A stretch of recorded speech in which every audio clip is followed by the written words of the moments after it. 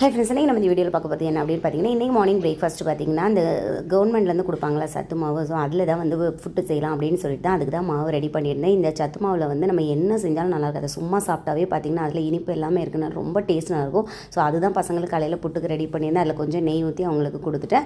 அப்புறமா வீட்டு பக்கத்துலேயே வந்து மீன் கொண்டு வந்திருந்தாங்க காலையிலே. ஸோ அதில் வந்து சீலா மீன் இருந்துச்சு. சரி வாங்கலாம் அப்படின்னு சொல்லிட்டு அது வாங்கிட்டு அதையும் அவங்களே கட் பண்ணி கொடுத்துட்டாங்க. சரி நமக்கு க்ளீன் பண்ணிவிட்டு அப்படியே குழம்பு வச்சிடலாம் அப்படின்னு சொல்லி தான் ரெடி பண்ணிகிட்டு இருந்தேன். ஸோ அதை நல்லா உப்பு போட்டு நல்லா க்ளீன் பண்ணி எடுத்துகிட்டு அதுக்கப்புறமா வந்து ஃப்ரை பண்ணுறதுக்கும் தனியாக மீன் வந்து எடுத்து வச்சுட்டேன்.